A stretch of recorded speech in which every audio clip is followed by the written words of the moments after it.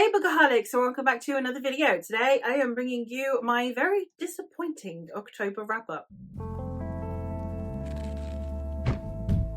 In the month of October, I did play the Bookoplathon. I played Bookopoly and I let Bookopoly choose all of my reads. And therefore, I have ended up with a very strange assortment of reads and some rather disappointing ratings. I'm not going to lie. I have been vlogging the entire experience, so for fuller and more in-depth thoughts, I will leave those linked. I am posting this after all of the vlogs are out so that then it is easier to reference back, but they will be linked in the description box. I had mixed feelings on a lot of these, but since I do have, as I said, much more in-depth thoughts elsewhere, this time round I think all I'm going to do is quickly give a brief synopsis and then maybe some thoughts and a rating. The first roll went a little bit like this. Roll number 1. 10. Becca Rec. And for Becca Rec, I decided I would choose one that I know that she has rated highly before and I've seen in her videos, and that is The Way of Kings by Brandon Sanderson. I know this isn't necessarily her favourite in the Stormlight Archive, but I know that she is enjoying the Stormlight Archive. She's planning on rereading it, so this seems still like it was a fitting recommendation. This is the first half of The Way of Kings. In the UK, the paperbacks are split in 2, and I have read the first half. This series is going to be a 10-book series with a 5-book arc. The premise of this one is that we have the humans and the Parshendi, and they are at war with each other, and we are seeing different factions during this war through multiple perspectives. We get that of Kaladin, who is someone imprisoned as a slave. We're following it from is she the daughter or the niece of one of the kings? We have many POVs across this world. It seems like the kind of end game of the series is to do with this historical order of knights who are known as the Knights Radiant. I understand that this series is Sanderson's magnum opus. I understand that there is so much going into this series. So therefore, this first book being a setup book is totally fine. I ended up giving it 3 stars. It's not that there is anything inherently wrong with it. It is just a setup book. And for a setup book, I kind of wanted to be a bit more invested than I am. I always feel like it's a hard balance between setting up a world and establishing stakes, but also making sure that the reader is connected enough with the world to want to continue, especially when signing up to such a lengthy series. Also appreciate that because this is technically the first half of a book, it's not a full book, and you can tell like where it ends. I can't really judge just on this half alone, so we shall see where the second half ends up to see how I end up feeling about the series as a whole. Roll number 2 went like this. Roll number 2. 11.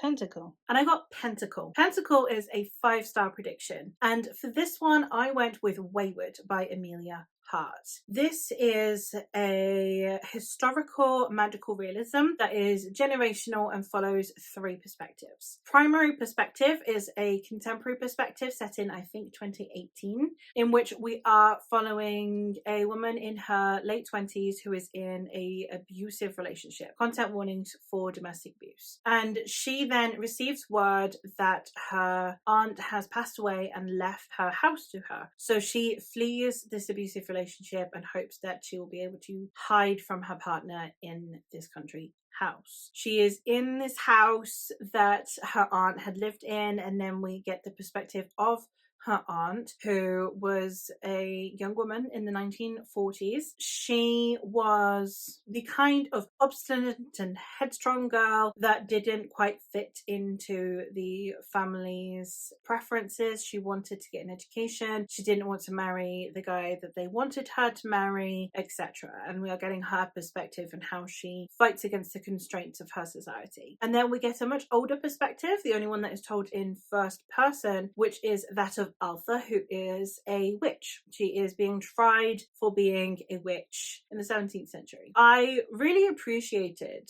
actually reading Altha's perspective because it was very ethereal, which added layers to the magic of the other two perspectives. Enjoyed the premise of this more than I enjoyed the actual book. There were a few things that I wasn't a fan of. I did enjoy reading Arthur's perspective in terms of the narration and the writing style, but there was a bit there that I was a bit like, okay, can we get on with this now? And then Violet's perspective, which is the 1940s perspective, is the one I struggled with the most, because my nan is similar in age to Violet, and she definitely has a very different outlook on what the 1940s look like. Now, granted, there's a huge class divide because Violet was in nobility class and my nan is very, very working class, but it still does not sound like the values that would potentially be had at the time. And as much as I think there is a bit of merit to it, it just seemed more 1920s than 1940s to me in several of the social commentary. It's not hugely important, but it was just something that kept bugging me because it would then kind of take me out of the story. My favorite perspective, though, was probably the contemporary perspective, but none of them just grabbed me enough for me to feel hugely in love with the book as a whole, which, given the amount of praise this book has been getting, I did think that I would like it more than I did, and I ended up giving it 3.5 stars. My next roll went like this. Roll number 3. 10. Spoopy. And I ended up getting Spoopy. And Spoopy is basically a book that is set seasonally, but that is cute instead of scary. And I have gone with Hexappeal by Kate Johnson. This is a witchy romance. Hexappeal is the story of a young woman who lives in this town. A young man has recently moved in, and he has now taken over this huge estate that a lot of people that she knows lives on. And it's how a romance between the two forms, and it is about how they potentially need to save the world in a way. This was fine. I think I would have rated it higher if it didn't have an element that I actively dislike. There is a trope in here that I just really, really don't vibe with. So that did bring it down a bit, but it was just fun and it was mindless, and it was kind of what I needed after how intense Wayward was and after how slow moving Way of Kings was. Reading something that was just fun and kept me going, I think, really helped with momentum. I ended up giving it another 3 stars. You're going to see a recurring pattern here, I promise. This is not the last 3-star we're going to see. I had fun with it and I am glad to have read it. The next roll went like this. Roll number 4.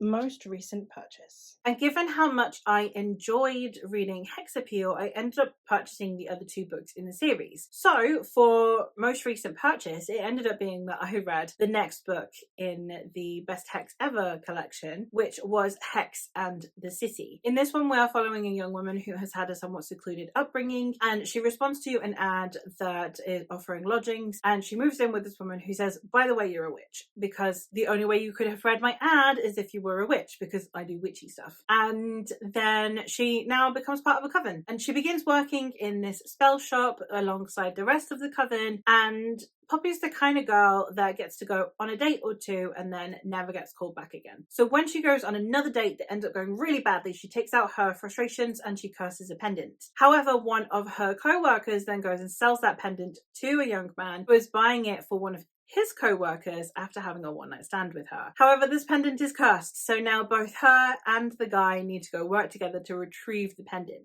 And it goes from there. It becomes a romance. It was a lot more fun than the first one. I did enjoy this one a bit more. It's still a 3-star. It's actually 3.5 stars if I did half stars, but I did enjoy this one a lot more and I had a lot of fun with it. It's the same writing style. There's nothing particularly innovative to it. There's no depth to it, but it was just head empty, loads of fun, which was what I wanted it to be. For roll number 5, I ended up rolling this. Roll number 5.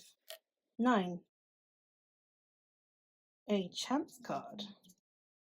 Blood of Tyrants by Naomi Novik, which ended up being a chance card, and I had no say on the matter. Therefore, I ended up reading The Blood of Tyrants by Naomi Novik. I put on the chance card an assortment of books that I wanted to read because of it being seasonal and it being the right vibe, and then books that I needed to get to for book clubs, etc. This was one of the obligation reads, so it was really good that I got to it. And this is the 8th and penultimate book in the Temeraire series. The Temeraire series is an epic fantasy series that is an Napoleonic Wars, but with dragons. In this story, we are following Captain Will Lawrence. This spiel's going to end soon and you're going to miss it. You know you are. In this story, we are following Captain Will Lawrence, whose ship overcomes a French vessel, and the vessel happens to be harboring a dragon egg. Dragons being invaluable to the war effort means that they need the egg to hatch amongst a British companion, and them being too far away from shore to be able to get the egg to the dragon core in time, it means that one of Will's crew is going to have to take the hit. When the dragon ends up selecting Will to become his companion, everything he knows must be cast aside so that he might become the constant companion to the fighting dragon Temeraire. Yes, you're gonna miss it. You know you are. But this was the second to last book in this series, and I have such a weird sensation when it comes to this book, because it's nearing the end of a series that I've been reading since March. So it's got this bittersweetness to it, but I've really despised part 1 of this book. All of the Temeraire books are split into 3 parts. I really hated part 1. I really just couldn't stand it. There's a trope in here that I dislike. There are 2 tropes in the entire universe that I absolutely hate. Absolutely. Irrefutably. One of them was in here. So that was not great. And it took me a real long time to get into it. So part 1 was 2-star at best. Part 2 was a 3-star, and part 4 was a 4-star. I ended up giving the whole book as a whole 3 stars because then it averages out. But it did get better, and now I'm really excited for book 9. So, odd experience. I was very, very angry, and I swear down, if I wasn't 8 books into this series and didn't love these characters, I would have DNF'd reading that first part because it was pissing me off that much. But on the up and up, and now I'm excited for book 9. Roll number 6, which I rolled during reading other things that were making me feel a bit slumpy. I ended up rolling this. Roll number 6. 11. Blood. And I got Blood, and Blood is to read a book with a blood red on the cover. So I went with The Anatomy of Fear, which is an anthology of horror fantasy. This has some of my favourite authors, including L.R. McRae, H.L. Tinsley, Zamil Akhtar, and then there are some authors that I'm really excited to try, including Trudy Skies, Bjorn Larson. So for the most part, just a really good anthology in terms of taste testing and then just sampling some authors whose writing I miss. I ended up rating this one 4 stars. I did really enjoy it. My favourite was probably H.L. Tinsley's story, which is Neck. But this is basically an anthology of fantasy atmospheric stories that are centred on a different part of the body, hence the Anatomy of Fear. And this is one that I really enjoyed, but I think I need to set you up for the right expectations, because I've seen a lot of people going in and the cover, the synopsis, and the way that it's pitched is very much like this is a horror anthology. It's not. It's really not. It's a seasonal fantasy anthology. So the same way as some of these similar authors have also done the advent of winter, where it's cold, frosty fantasy, we also have a similar thing going on here with The Anatomy of Fear, where it's epic fantasy, or it's typical fantasy. It just happens to have a darker, maybe slightly more atmospheric vibe to it. So go in with the right expectations, because this is one that I think if you're going in for a horror anthology like Out There Screaming or What Whistles at Night, you're probably going to be a bit disappointed. If you're a fantasy fan and you get a bit of FOMO during the holiday season because you're like, oh, I really wish I could join in on that, because I also really like reading seasonally, but I prefer to read fantasy, this could be a good shout. It's along the same lines of dark fantasy. So long as you're going with the right expectations and you're a hard fantasy fan, I think you'll really enjoy it. Just don't go in expecting it to be a horror anthology. The next roll went like this. Roll number 7. 10 again.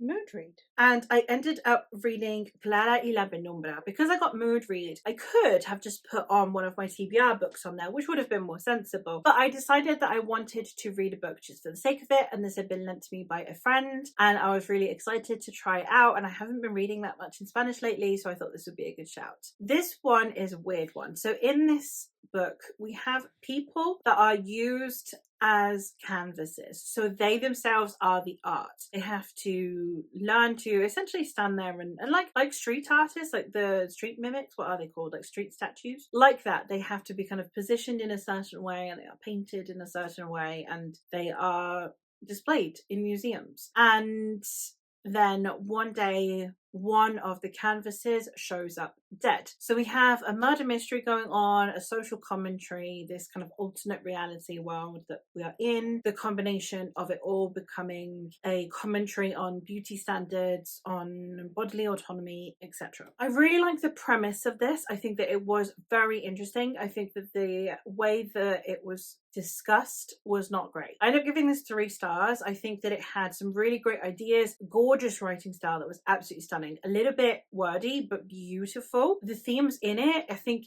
if they'd have been handled better, would have been absolutely wonderful. However, it did also have this underlying borderline lecherous tone to it, where it's just constantly talking about the bodies of young women. Like the opening gambit is talking about a naked statue, and it just kind of goes from there. It doesn't really let up. So as much as a story it was fascinating, the execution was questionable, especially given the themes. It seemed like one of those where it's like, yep, it could be that he's talking about women this way because of the theme being about aesthetics and beauty, but because he was only talking about women, always young women, it seemed a bit like, okay, this is just you pretending that there's a theme to this, and that was a shame. So 3 stars. I didn't dislike it. It is translated into English. It is called The Art of Murder. So if it sounds like an interesting premise to you and you don't mind depictions of women being a little bit over sexualized, I would still really recommend. As I said, the writing style itself is beautiful and the way that it discusses themes is fascinating. Roll number 8 went like this. Roll number 8.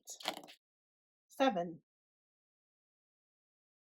Seance. And I got Seance, and in Seance we need to do a random letter generator. So that's exactly what I did, and I ended up generating L, and for L I have used Lilith by Nikki Marmory. This is my only DNF of the month. I ended up DNFing I think only 60 pages in. I didn't get in very far, but I knew that there was something I was not vibing with and it really wasn't working for me, and that wasn't really the book's fault. It was more just what I wanted from the book. And then I went to kind of look at reviews, and it seems like I did make the right choice, because this is the story of Lilith, the biblical figure, the first person to be cast out of Eden. For a book that is trying really hard to be the villain redemption, the let's get the perspective of the vilified woman in a similar vein to Witch's Heart, Circe, Heike, I just felt this fell flat. We, from very early on, get lots of how beautiful Lilith is, how much more beautiful she is than Eve, blaming Eve for being submissive to Adam. So many things that were just not the feminism that I am looking for, and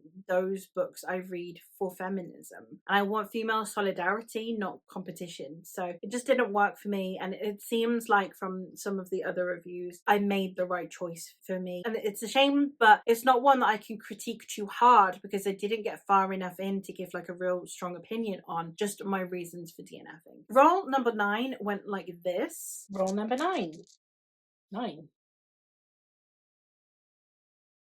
TBR vet. And I ended up reading The Reapers Are the Angels. This is one that I have had for a few years and that I have wanted to unhaul. It's one that was gifted to me and I thought, no, this isn't really for me, and I'll unhaul it. And now I really wish I had. I ended up giving it 3 stars. It was fine, but I picked it up, and then when I was reading it, I thought of DNFing it, and then I chose not to, and there was no need for me to continue. This is the story of a young girl. What's her name? Temple. A young girl who was born into a world that was already in a zombie apocalypse, and she is very good at surviving this world because it's all she's ever known. However, when she gets into a fight with another person and ends up killing him, she then needs to flee because she fears the wrath of his brother. And we are following her as she then needs to go try and find another safe haven in this very tumultuous world. It's interesting and innovative within the genre in the sense that you do have a stream of conscious writing style, that you do have it having some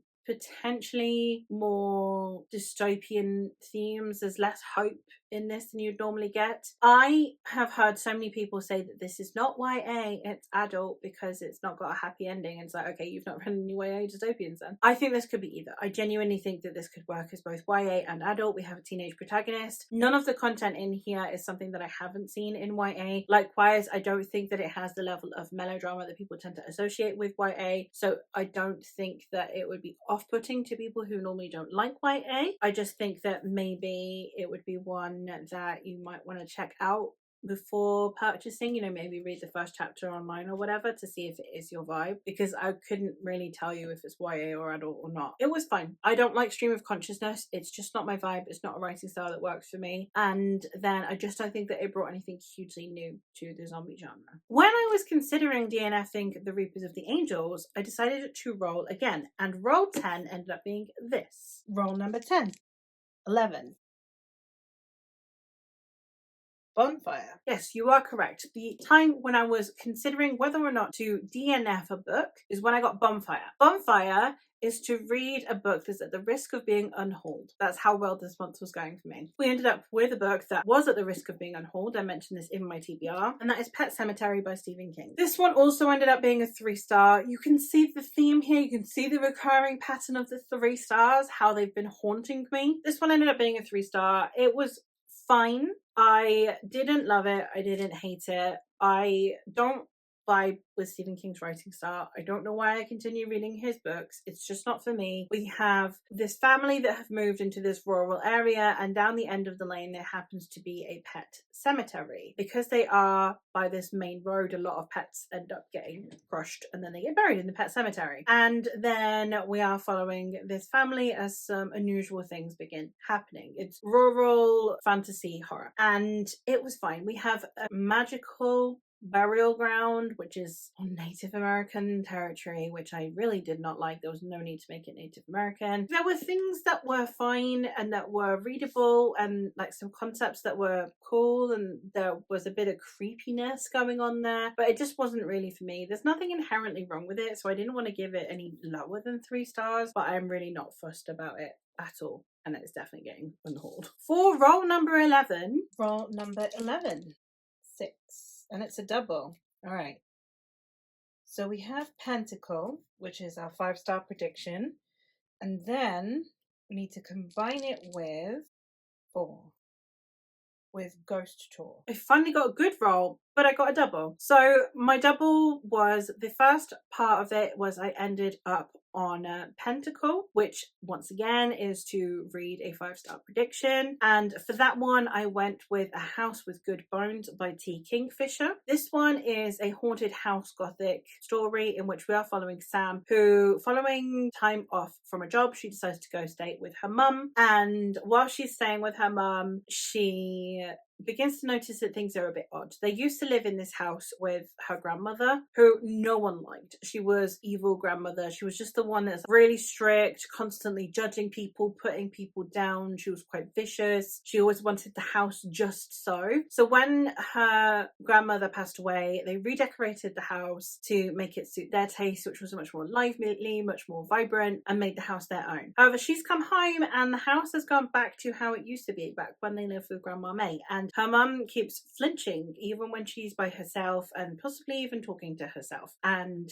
it goes from there. I had a really good time with this. I ended up giving it 5 stars. It's a low 5 stars. It's probably my least favourite of the T. Kingfishers that I've read, but I still had such a fun time with it. Sam's such an easy protagonist to follow. I love T. Kingfisher's writing, especially the way she writes her protagonists and their mindset and the way they think. I love the juxtaposition between the absolutely terrifying creepiness that comes with her horror and the absolute hilarity that comes with her comedy. And the two combined makes for some of my favourite reads. Definitely my favourite book of the month. I loved this so much. And I had fun with it while at the same time breezing through it, and at the same time feeling really unnerved by it, which is exactly what I wanted from a comedy horror. The other part of the double that I rolled, as you saw, was Ghost Tour. So for that one is to read a book with a historical element. So I read The Gargoyle by Andrew Davidson. This is following a nameless protagonist who was once beautiful. However, he ends up in a horrific car accident that leaves him burned and scarred. And then he is nursed back to health by this woman who claims to have been encountering him in similar situations and falling in love with him throughout the centuries. And then she goes on to tell him all about their past lives and loves. This premise sounds a lot like a lot of YA that I used to read in my early teens. So I actually prefer the YA iteration of it. I actually prefer the level of melodrama that comes with YA for a premise like this. I didn't think that it suited being an adult novel. The writing style is, as I said with Reapers of the Angels, it's a stream of consciousness writing style, which I don't like. So there was a lot of things going against this book. I do think it's really well written, and I do understand why people would like it, especially if you're a romantasy fan. If you're a fan of Fallen and you want like the adult version of it, then you potentially will enjoy this. I prefer the YA versions. So I kept comparing it in my head and it just didn't live up to that. So it was fine. I had a decent enough time, ended up being a 3 stars. Can't complain, didn't love it. On to the last 2 rolls. So roll 12, roll number 12. 3. Mood read again. I ended up rolling a mood read. So for that, I ended up picking up An Echo of Things to Come, since it was on my TBR, and it was one that I wanted to prioritize getting to because it had been on my TBR for a couple of months. And this is the second book in the Lycanius trilogy. In book 1, we are following a world in which there used to be these almost divine like people known as augurs who could foresee the future. However, following some embarrassing events in which they started to get their prophecies wrong, they decided to retreat away to try and discover what happened to their prophecies. In the meantime, they left control to the Gifted, who were these magic users. The Gifted then began... God, if you can hear the rain, it's for ambience, okay? The Gifted then began to overstep their bounds and become tyrannical, so it led to an uprising by the ordinary humans to then condemn them to essentially not being able to use their magic against people. So they are now in this other caste and they are sectioned off from society, and if you happen to show magical abilities, you are put into these magical schools that are more like monasteries. And it starts out with this young man who is seemingly a gifted, and he is part of this school where you get tested, and if you don't pass the test, you end up becoming what's called a shadow. However, he has not been able to access his magic, so he doesn't think he's going to pass the tests until he is contacted by one of the people that's coming to test him to say that they think he's an augur, and they need an augur because they need someone to help repair this boundary that is up north that is keeping this like horde of monsters at bay. A lot going on in the first book. We're following it from several perspectives. It's epic fantasy, and this sequel I ended up liking a lot more. Book 1 I ended up giving a really, really low 3-star. It just scraped 3 stars and I had a lot of problems with it. However, this one ended up being a 4-star read. I had a really good time with it and I definitely flew through it a lot more. I think part of that was due to expectations. 1, me knowing what I'm signing up for a bit more. 2, knowing that there were elements to the writing style that I didn't like in book 1 that will likely persist into book 2. And then also there was an element of plot in the first one that I didn't like that was improved in this one. So overall, a much better time with this sequel, and I am finally glad to be continuing on with the series. And as if that wasn't a big book, my final roll was roll number 13. 9. Big book. Big book. Yes, exactly. I ended up with a big book. So naturally, I decided to chuck on my last book that I had on my planned TBR, on my priority TBR for the month, and that was Wastelands. Yes!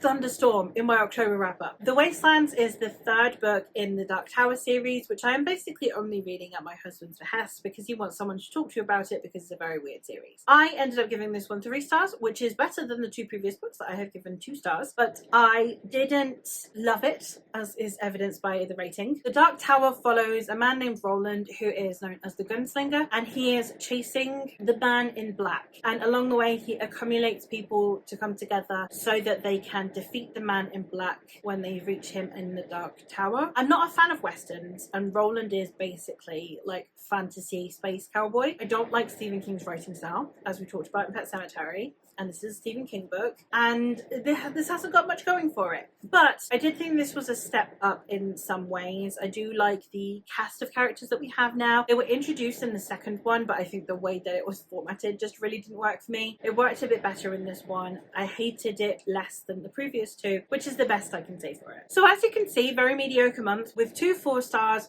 1 5-star, and everything else being 3 stars plus 1 DNF. So a very, very crappy month when it comes to reading, because I swear mediocrity sometimes is worse than terrible books, because terrible books I can just DNF, but mediocre books I kind of feel bad about DNFing. I should probably get over that at some point. There you have it. Those are all the books that I managed to read in the month of August. I am now going to go enjoy this storm now that autumn is in full swing. Thank you ever so much for watching. Let me know what your favourite book in the month of August was. Let me know if you joined the Bookoplathon as well and how well you did, and I'll hopefully catch you in another one soon.